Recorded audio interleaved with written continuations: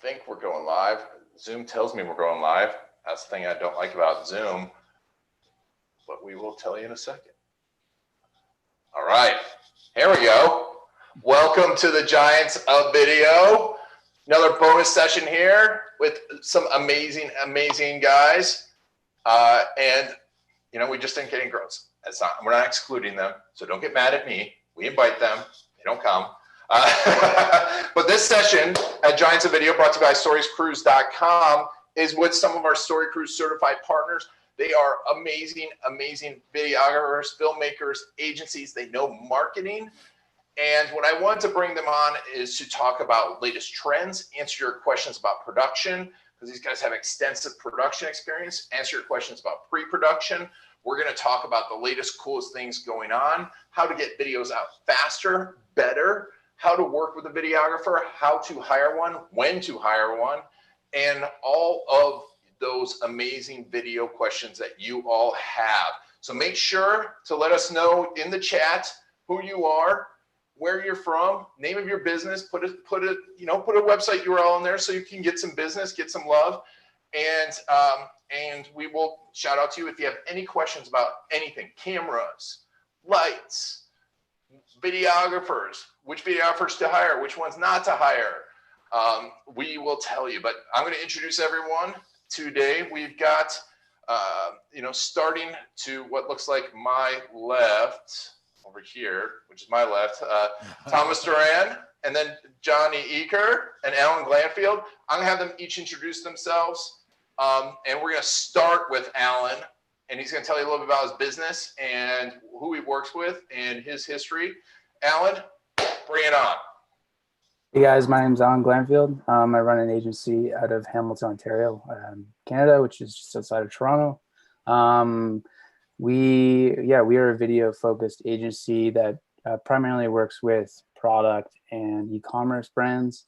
And, we really come in to work with different companies that are looking to really humanize their brand and tell their stories about their product and the background of their product. And excited to be here.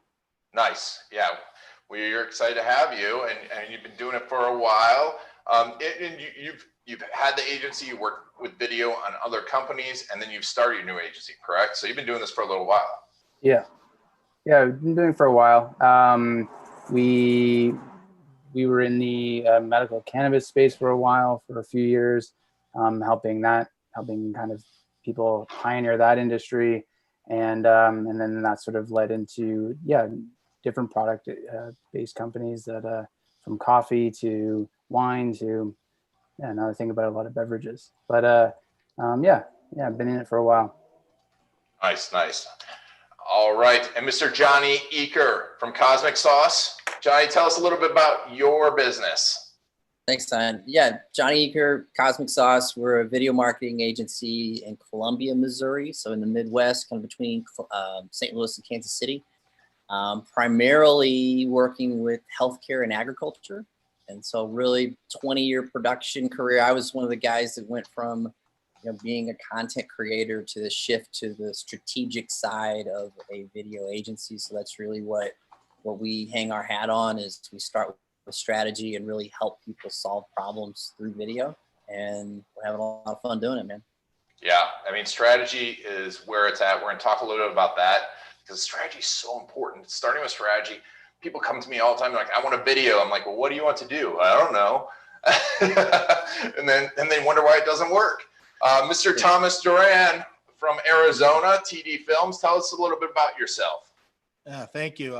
Thomas Duran, born and raised in Arizona, and that's where I spend most of my days. No, I'm just kidding. But my company is also a full service video agency that works on video marketing agency that specifically works in healthcare as well, also in energy utilities companies. And so working on storytelling, branding, working closely with strategy with their marketing departments. And that's where most of my business goes into. That's great. We're psyched to have you guys here. So, we've all kind of done video without strategy, I think.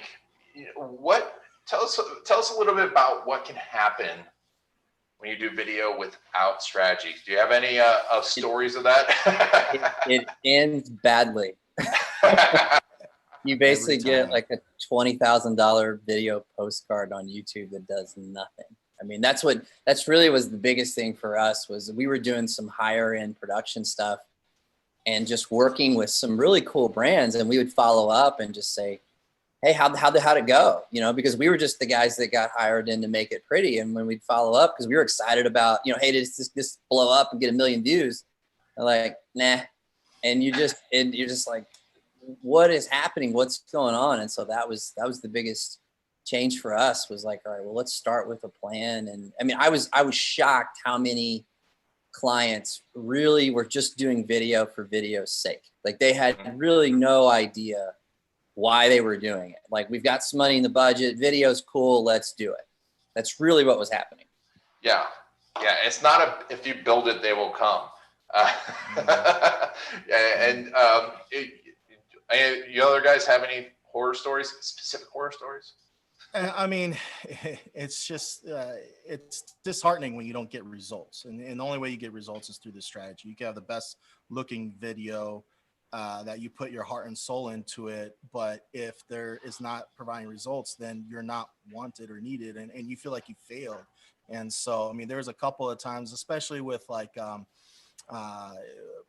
public in the public speaking realm of stuff, with public speakers, they want lifestyle videos, and it's just a nightmare because they can't, there is no plan, there is no strategy, and you spend in probably a full day's worth of production on something that's like a 30-second video that it only lasts for that day's time, and they're unhappy. You're trying to explain what is needed and they don't listen. It's just I've worked with one, and it was needless to say, I kind of stepped outside of that industry, which I'm thankful for. But without a plan or a strategy, it looks badly on you or on us that we couldn't provide that results, and that's a sickening feeling, you know. Yeah, it's not good. Going to an event without a strategy is just dumb. I'm just shooting just to shoot. Yeah, exactly.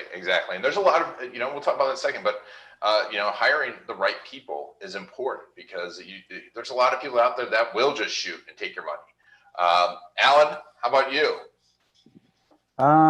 Yeah, I mean, the strategy, not having a strategy is not only going to, when you have the final product, it's not going to have a proper place in your ecosystem.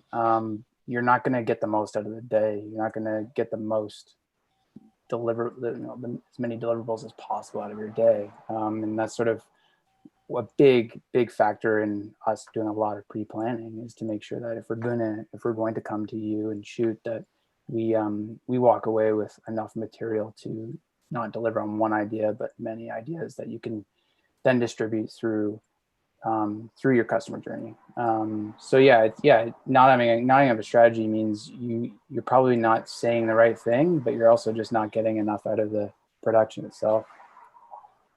And let's talk about maximizing that day in a second, but how do you make sure, like, when you go out, if someone's going out and hiring a videographer, like in a video agency, how should they be what questions should they be asking? Because I think a lot of people don't know the questions to ask. What do you guys think the questions that they should be asking when they're hiring a videographer or trying to make videos? I'll just say, a lot of times, like I took a call this morning for a potential project, and it really is there a script? Is there a plan? Is there a concept? And so if you're the person that, really, for those that are working at a company or a brand, like if you're new to this, even if you're a small business, like you really have to learn how to be a producer. Like you really have to understand. So when we can talk about that, like what that looks like, but it really is like, okay, you want these career videos. Why? Again, what's the point? What are we trying to do?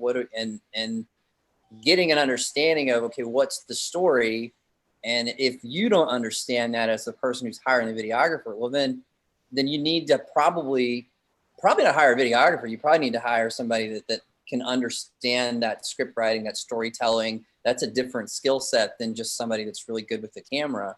And so that was the conversation we had, where it's like, hey, here's a ballpark, but you really need to get back to me. And that's where we left that. And so that's my advice to folks as you're trying to figure this out. You know, you've got a problem to solve. So how is video really going to help you with that? And then just start walking through how much of this are you comfortable doing? Yeah. Yeah. And I think a great point is if someone's not asking the questions that Johnny's asking, then you could be in trouble, because you could spend $20,000, $30,000 easily and get something that just sits there. I mean, Thomas? Yeah, I was actually kind of going along with that. It's more that, because it's hard to know what questions to ask if you don't know what you're needing. And so it's more of like, what questions should the video company be asking you when you talk with them? And if they are not diving into your purpose, you know, the distribution, I mean, every detail that is needed in order to understand that the whole scope of the video, and the call to action and asking those deep questions, and that's not necessarily someone you would need at that time. You need to really work with someone that's a video marketer versus a videographer. And obviously, I think that kind of goes into where videographers, I would say, are more technical. So if you already know all the strategy behind it, that's when a videographer is useful. But if you're still need help with that, that's where a video marketer comes into play. Yes. Great point. Yeah. Hiring a video marketer is important. And you can, I mean, you guys are proof that you can be both, but you want someone that has marketing and video skills. Alan, what are your thoughts? Yeah, no, same idea. I think like understanding who you're hiring, in terms of like, you know, often you will actually have an agency or a creative agency who's handling that the creative concepts and production, and then handing that off to the production team. If you're skipping that individual or that agency and going straight to the videographer, it's like understanding that's all they're there to do is to produce the video. They don't really bring anything else to the table. So making sure that you've clarified, you really understand who you're hiring. We have teams that we work with, other production teams, and that is how we're like extremely different, is they're there to simply shoot. Like, you tell them what to do. So yeah, I mean, I think that's where a lot of people are going to feel like that video maybe didn't work for them, is because they just went to a videographer who just basically is essentially edited some really beautiful shots together, but doesn't really say anything. And that's where, that having that marketing experience is definitely like a huge question to ask if you don't have it yourself. Yeah. And once you do decide, you've decided, you kind of have a strategy in place. How do you go about maximizing that day? Because, that's a lot. I think a lot of people don't understand what goes into a production day. So maybe we'll talk a little bit about, why it's expensive. You're like, oh, it's so expensive, but there's a lot of work. But, part of the hardest part sometimes is the setup and getting there and bringing all the gear and now wiping it down and being safe. But how do you go about maximizing that production day so you're getting as much out of it as possible? I'd just throw out there, limit your locations because of what you just said, because of the setup, but it's also go with what if the concept is like, we need to be in 6 places, understand that it's really going to knock down what you can get done in a day. And for us, I mean, a full-fledged, actually a small shoot's like $2,000, $2,000 for a day. And that's not a lot of people on set. And that can add up pretty quick, and so if you're trying to maximize that, I don't know about you guys, but I think, we could realistically get to maybe 3 different setups that day, depending on what we're doing, and so I think if you're budget conscious, and that's okay, just understand that there's really only so much you can do. Because for us, a small shoot is a lot of gear and 3 people, and that's a lot of things to move around, and that's a small set. Yeah. And that's a small set. And also, that's if everything goes right. And something goes wrong in production every time. Something breaks, sun changes, babies cry, planes crash.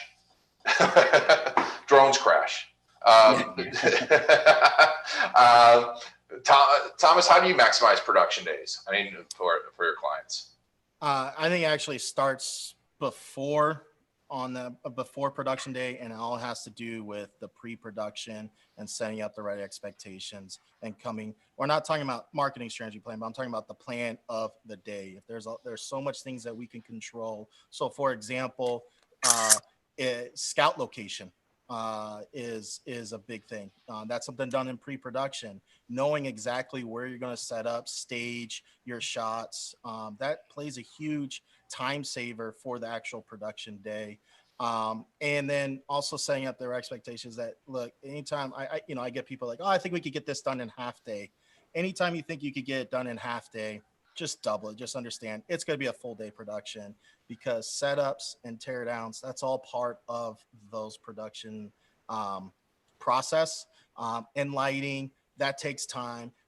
Testing audio, those are the elements that we all have to deal with and do it efficiently. But when you're changing locations, that type of thing, you have to go with the expectation. Okay, if we're going to change to 3 different locations, we're really only going to get like three interviews, that type of thing. And so it all starts with pre-production and understanding the logistics and doing scouting and going into the place and not just showing up and not seeing it, and then trying to determine where do you go. That will save a lot of time.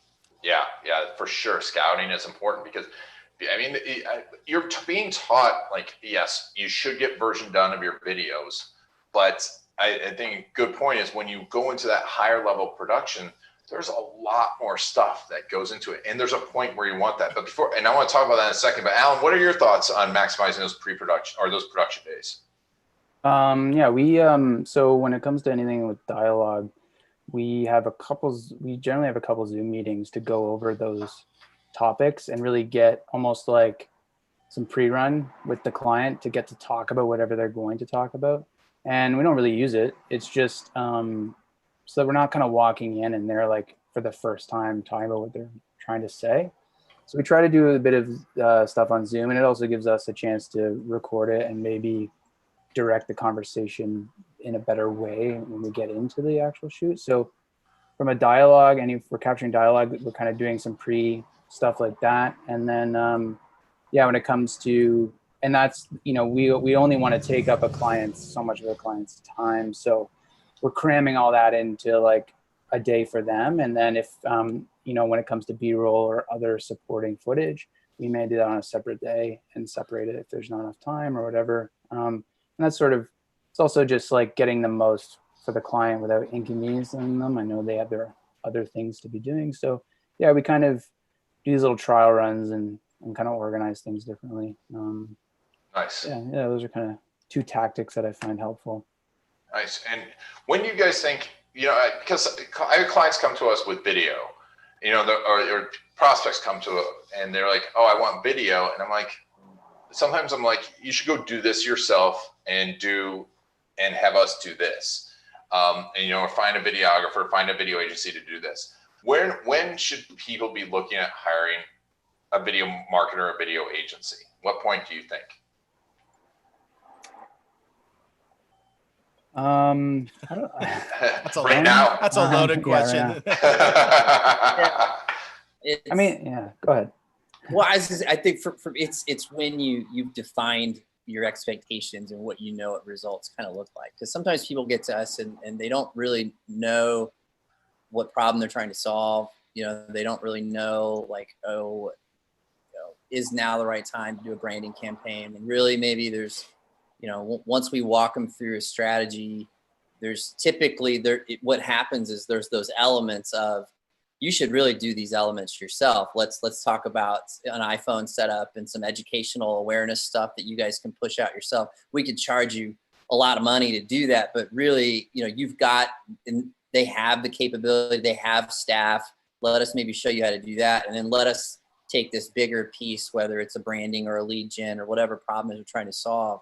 So, but it's when they don't know, I'm like, you should maybe, let's see if we can help you figure that out, or maybe now it's just not the time to engage with an agency.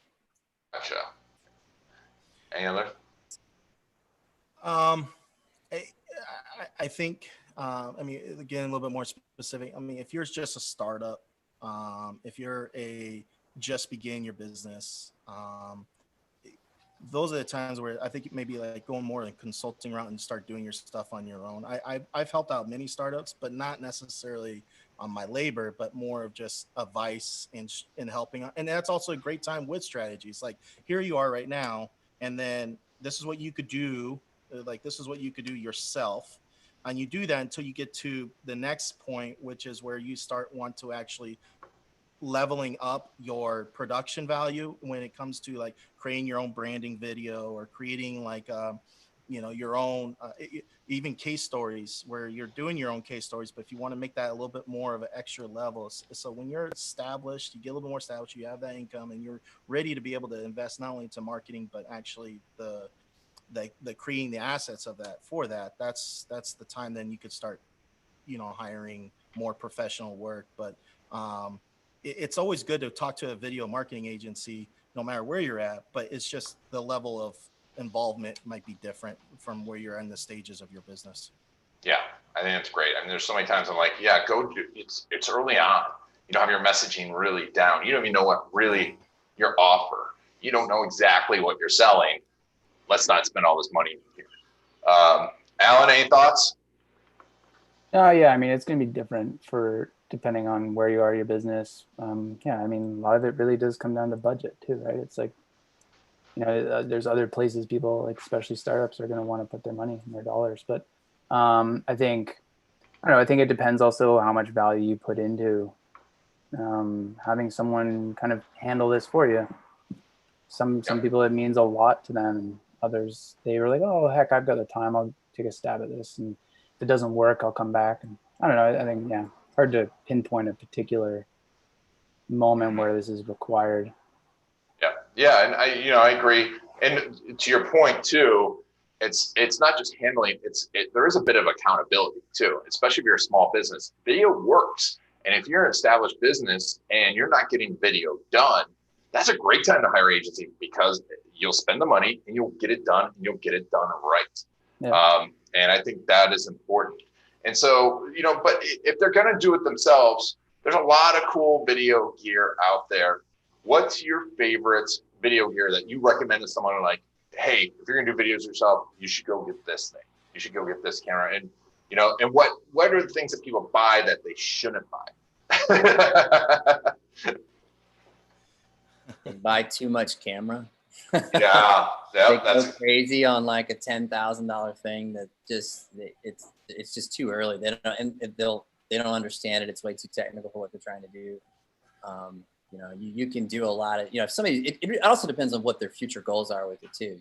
If they're going to be cranking out a lot of stuff, I'd recommend something different than, hey, we're just trying to get this vlog thing going. Those are two very different needs. Mm-hmm. So if it's just a vlog thing, what would you say, Johnny? And if they're going to crank out a lot of stuff, what would you say? Run to Best Buy. Don't spend more than $500, and then focus on audio and lighting. Like, don't get so caught. Don't spend $5,000 on that camera, and you could spend more than $500. But I think you could really, for less than $1,000, you could get set up pretty well for a vlog kind of setup. I think that's pretty fair to say. Yeah, I think one of the things that people have been overlooking quite a bit, and I think it kind of blows my mind because obviously with mirrorless cameras coming out, and you always want the latest and greatest of those, and you see a lot of vloggers using mirrorless cameras, Sony or Canon.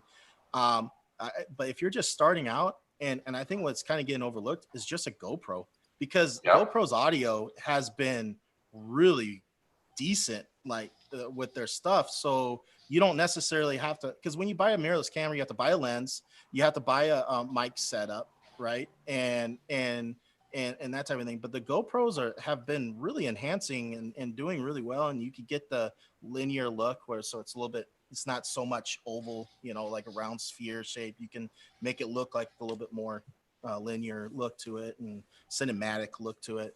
But those are only $300, and get yourself a little like a Jovi tripod, and you can carry that around. You can place it anywhere you go, and honestly, you can just record right there, and you can use it as a webcam. There's a lot of versatility with it, and it's hard for me to say that because it's just like this little toy, but it's a really good use of toy to use. Yeah, no, and it has, I mean, the 7 and 8 have great stabilization. So you can walk around and and what's great is for the most part, you're not going to screw up focus. And that's a tough thing too, because you can easily shoot a ton of stuff that's out of focus and then you'll be really frustrated to stop shooting video. Alan, what's your favorite? Honestly, I don't know if you've heard of the YouTube channel, Epic Light Media. Oh no, I haven't. He dives into a lot of technical aspects around lighting, and it really does, and it's really simple stuff, a lot of DIY stuff as well, and it just really shows that like, yeah, the gear like that you buy really is irrelevant if you haven't thought about some of just like the technical aspects of lighting and how important sound is. And they already said lighting and sound; those are massive, and the best camera in the world won't look nearly as good if you haven't really figured out the lighting. So I'd say like pay yourself instead of buying a camera for a little bit of time to go and educate yourself on some of the technical aspects to that. And yeah, I mean, yeah, like Canon little M50s, like these little cameras, GoPros, they're all great. Your phone, good lighting, it all works. And I think yeah, being cognizant of your audio, and then really it's not going to help you if what you're trying to say or your message isn't right. So, but yeah, I agree. I mean, I agree with everything. It's these little cameras are awesome if you've sort of figured out these other aspects. You don't need the crazy gear, and then maybe it's more of a post-processing thing as well. I mean, camera bodies within a similar sort of consumer grade or family, they're all kind of the same. Everyone has their favorites, but it really comes down to how you handle that footage later. That'll really sort of determine whether you get the look you want. A lot of them are really, from a raw standpoint, are getting a lot of similar things. It's just how you handle that later. So I think there's a lot of time and money that you could spend on just educating yourself, as opposed to like overloading on gear. I mean, that is probably the best thing out there is, best advice. I'm so excited about that because it is the best advice. It's like, I remember when I played golf a lot, people go out and spend thousands of dollars on clubs and then go to the range, every 4 weeks. And I'm like, you could buy crappy clubs, Semi Ballesteros had a stick and a rock to learn from. So, and same thing with video gear.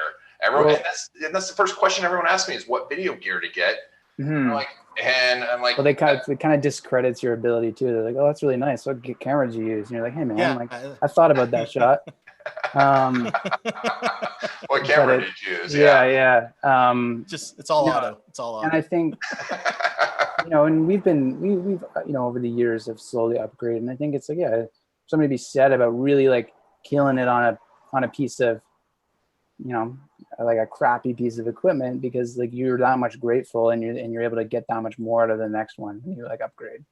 And simply jumping to like a premium product, you're not really using it, or respecting it, I guess, in a way. Yep. And you could spend that money I love that, and spend that money on yourself. Yeah. That of all things, you're all here learning. Let's spend the money to learn a little bit about production. So, we're going to do some more production stuff down the road, but spend the time. There's tons of YouTube videos. We're going to get more production stuff. We'll have the partners back to teach some production stuff, but that's so important, because people think, oh, there's this big fancy camera, when you really can do a lot with just your iPhone if you know post-production and good lighting and of course, good storytelling. One of my favorite stories is about, the Adventures of Pluto Nash. And everyone's like, what is that? I'm like, well, that was a movie that Eddie Murphy did. And they spent $300 million on that, completely bombed because they didn't have a good story. Right. And then you have Paranormal Activity that was grainy. They spent $15,000 on it, and made $90 million or something like that. Yeah. So, I mean, you see it all the time. Even if you hit up Instagram, you'll have people like just blown away by someone's content, and then you find out they're using some tiny little basic camera, and it all came down to time of day and all these other things. It really had nothing to do with the camera. Yes. And what I would say, just, let us. When you want to get the higher production, the best cameras, just that's also might be a good time when you're like saying, maybe I'll just hire a video production company. I'll get more value out of that, because the time that you spend on trying to learn it, because I could have all the best tools in the world, but that doesn't make me a carpenter, and it doesn't, just because I have the best power saw doesn't I know how to build a house. And so you can invest into a lot of the equipment, but to understand how to use it and utilize it and maximize it, that's a lot of time spent that you could just already had your stuff done. And so maybe that's also another sort of indication is that when you do find yourself, you're like, what can I do to up level this, versus just your little setup. Maybe that's the time to go and then talk to, a videographer or video agency, because we invested all of that into our stuff, right? That's our business. And so don't worry about trying to buy all the stuff, because there's always practicing that we take. There's so much time I practice on with every single equipment that I buy, every single one. And it's just because I have it doesn't mean that I'm an expert at it. And so I try to get good at it, spend a lot of time on it. And that's time that you guys could spend actually Strategy. something better. Yeah. Yeah. Making content, getting in front of the content. Yeah. Unless you're planning on it at that high level. I think that's a really, really good point. Go ahead. We still do it. It's like if there's a piece of gear that we just want to try or think is cool or experiment with, honestly, you can rent stuff for so cheap. Yep. If you want to rent a crazy nice camera, $100 a day, maybe less, if you want to just try something else. So rent it when you need it. Yep. Such a good point. Awesome point. So I want to move on to post-production, because there's a lot of cool things that we can do out there with storytelling. What are your favorite cool post-production techniques that people could possibly incorporate themselves right now?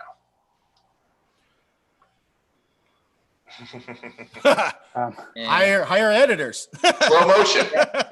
Yeah, Slow that's motion. where speed ramps. When we're talking like doing stuff your own, that was my big red flag, was that's where people get stuck, when they start to do their own stuff. And then sometimes I'll get a call a couple months later like, hey, can you edit this? May or may not be able to help or point them in the right direction. And there's some great resources online that, just editing houses that do that kind of content, stuff like that. So yeah, that's the piece that just diving into an editing system and getting to know the ins and the outs, of what it is. That's always I think a good editor. I always try to explain to people every 1 minute video.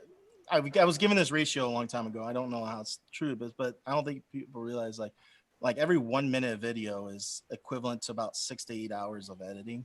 That's about right. And so, when you kind of look at it that way, it's and that's by a good editor. That's a good editor. By a good editor. So I always chuckle and laugh like, hey, I have a simple edit. Just there's a process of editing that happens, and no matter how simple it is, it's going to take 6 to 8 hours. So, once again, it's where do you want your time investment? Well, and I find that where people go wrong is like when we have a new editor work with us, they don't understand pacing. They may understand the technical side of how to put a clip together and actually put together a 1.5 minute video. They don't really know how to tell a story visually, and they don't know how to let things breathe and how audio can place up the music and just letting it come up or down in certain places. Like that's the money. Like that's where when we work with some freelance editors, like when I see that, like, man, those are the people that I want to work with that really understand that I can give them a concept and a script and here's all the footage and it comes back as something that's just truly amazing because they get that. Yep.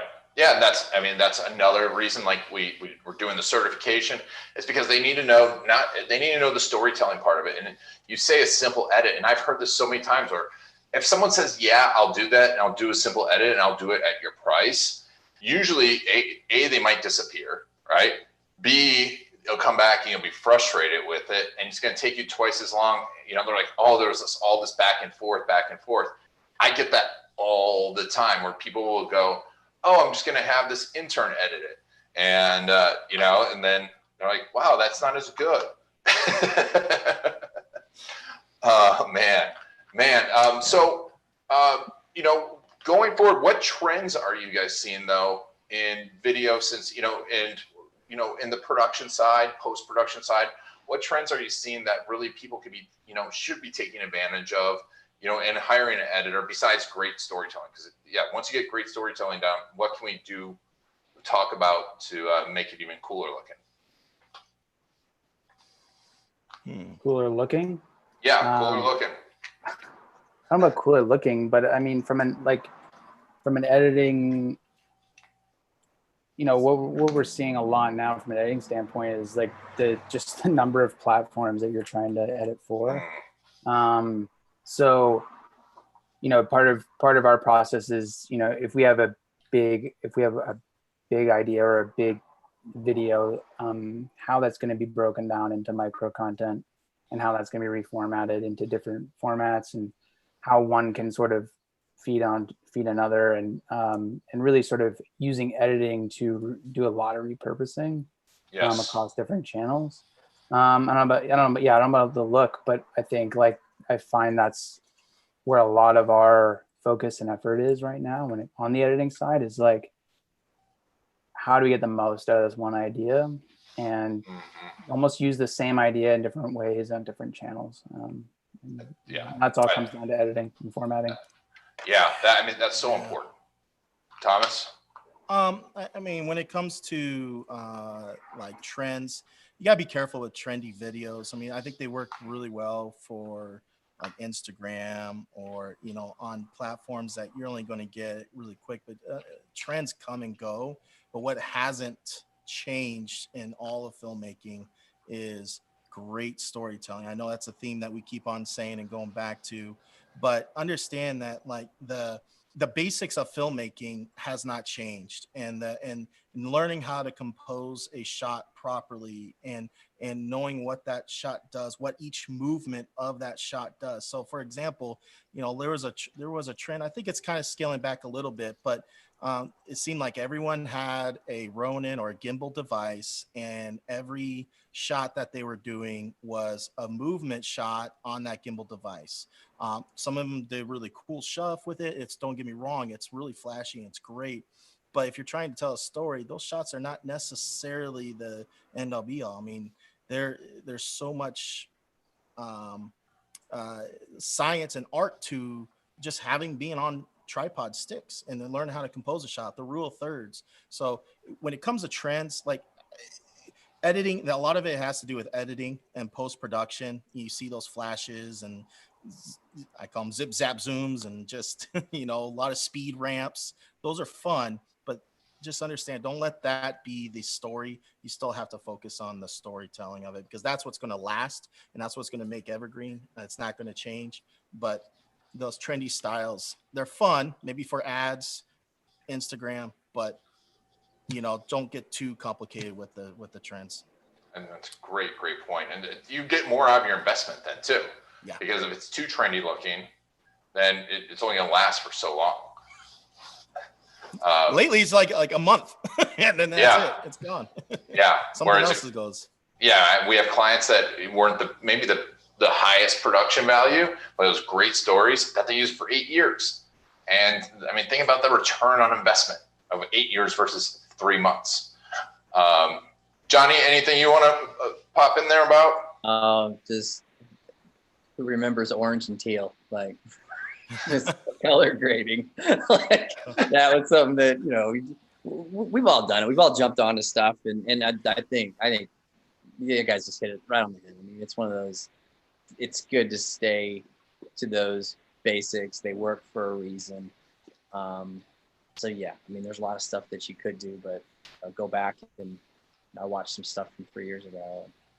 Man, maybe it wasn't a good idea. You know, maybe that wasn't a good idea, because you're trying to, whatever's out there on Instagram right now, it's just gonna fade out. Yep. Yeah, I think there's a lot of cool tools out there, and it, you know, drones became accessible to everybody, and gimbals became accessible to everyone, and we use those all the time. But it's like it's so important to be tasteful in how you do it. Whereas, they're fun and they're cool and they're new, and you just have a tendency to just only use it or overuse it. Oh yeah. I think you have to remember that those are just like little parts of a bigger idea that just add that flair instead of it just being like, excessive. Yep. Yeah. I mean, I know I've been watching Designated Survivor, which is a great show, but it's like every other scene is a gimbal walking scene. And I'm like, is this all these people do is walk and talk? I've never walked and talked this much in my life. I'm like, God, guys, come on. And it got to the point where it's distracting. And that's a high budget Kiefer Sutherland show, and they're just like overusing a technique. And that's a great point. But back to Alan's point, I think I want to just highlight that.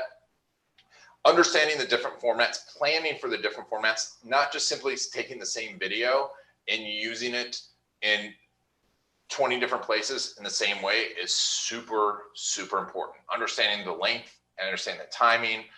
And in fact, like we had Nate Hall on, who's an ads expert. We had several ads experts on saying how important that is to conversion. So this isn't just us saying it's better. And like we've got ads experts saying it is important to conversion to think that way. That's a really, really good point. Cool. Well, this has been awesome time. I don't want to take up too much of your time. Any last tips? I'm going to let you each give a last tip and then tell them once again how to get in contact with you. And we'll start with Alan. Why do you keep doing this? I'll get Thomas. I was like, all right. Like calling him by the teacher. Yeah. So tips. If you are going to do your own videos, and I highly suggest you have to do your own videos.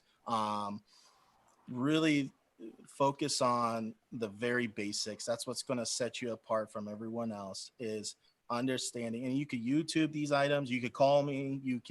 There's a course I'm putting together to just teaching basics of understanding composition, understanding audio, understanding lighting. It doesn't take much, but it's the subtleness. It's understanding.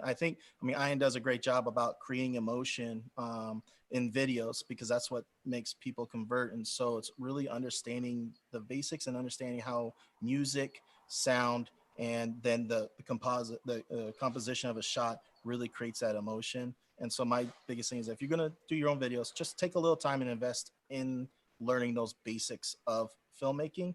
And it's going to set you apart from anyone else that's just trying to do video. And how do we get in touch with you? You can get in touch with me. You can go to tdfilms.com, or you can also on Instagram at tdfilms1904. I do answer to every DM that I get. So nice. All right, Johnny, bring your clockwise. We always harp on strategy. That's really where that planning, all that goes into that. There's so much that needs to happen before you pick up a camera and start creating content. And so that's where, start thinking about some of those questions, what problem you're trying to solve, and if you get stuck along the way, that's where it's going to be helpful to have somebody, help walk you through that. Nice. Yes. And Johnny does a great job with strategy. He's done it in agriculture and healthcare too. And Johnny, if you cosmicsauce.com, what's the best way to get in touch with you? Yeah, cosmicsauce.agency. We're one of those weird, not doing the .com because we're too cool for that. Actually, it was taken. So cosmicsauce.agency, and LinkedIn's probably the best place to hit me up personally. So Johnny Eaker on LinkedIn, and would love to chat with you. Yep. And Alan? So I think I hate it. I hate this part so much, but it's all in the planning. And you just want to grab your camera and shoot, but all that pre-planning, almost imagining the final product, sitting down there and imagining what is this all going to look like at the end of the day, edited and ready, is going to help you shoot it right and speed up editing and get that what you had imagined kind of that tangible deliverable. I think all that planning really pays off, as kind of unfun as it can be. And yeah, I mean, I think and the other big tip is just for everything you're doing, where if you want to be a video marketer or have a video marketer, is to really say, for everything, who am I speaking to and what am I expecting them to do? Mm-hmm. And really adding a purpose behind everything, so that we're not creating, kind of aimless production. Yep. Yeah. So important. So important. And how do we get in touch with you? Bellwetherx.com or Instagram, same thing. BELLWETHER X. And yeah, happy to chat with anybody, brainstorm. Yeah, I'm available. Yes. Awesome. Awesome. And you know what? These guys, they're all Story Cruise certified partners. So you can go to storycruise.com to find them as well. Just look them up there. And they're all great at strategy. You can hire them to do the blueprint. And, we're talking about investing in equipment and time. Ultimate shortcut, like Alan said, is planning and strategy. And, Johnny said it, Thomas said it. We're not just saying this because we're strategists. We're saying this because we did it the other way and found out it doesn't work. You've got to start with strategy, and hiring someone to help you do your strategy is the ultimate shortcut, because it's hard to see the forest through the trees. I hire people to help me do my strategy. I hire people to do this because it's almost, you can't be your own doctor. You can't be your own lawyer. It's tough to be your own strategist. So go check these guys out, hire them. They'll do the blueprint with you. They will do an entire strategy session. You will have a list of videos to make. They can help you, find the videographers. They can help you shoot it. They can help you do everything. But when you have that plan in place, everything else falls into place so much faster. But guys, thank you so much for joining us on the Giants of Video. Thank you. Thank Thanks, you. man. All right, awesome. And thank you all for joining this edition, special bonus edition, production edition of Giants of Video. Make sure to reach out to these guys. Tell them you saw them on there, what you're going to do, what you're going to take action on. And I've been Ian Garlic along with Thomas, Alan, and Johnny. And thank you, and make sure to take action.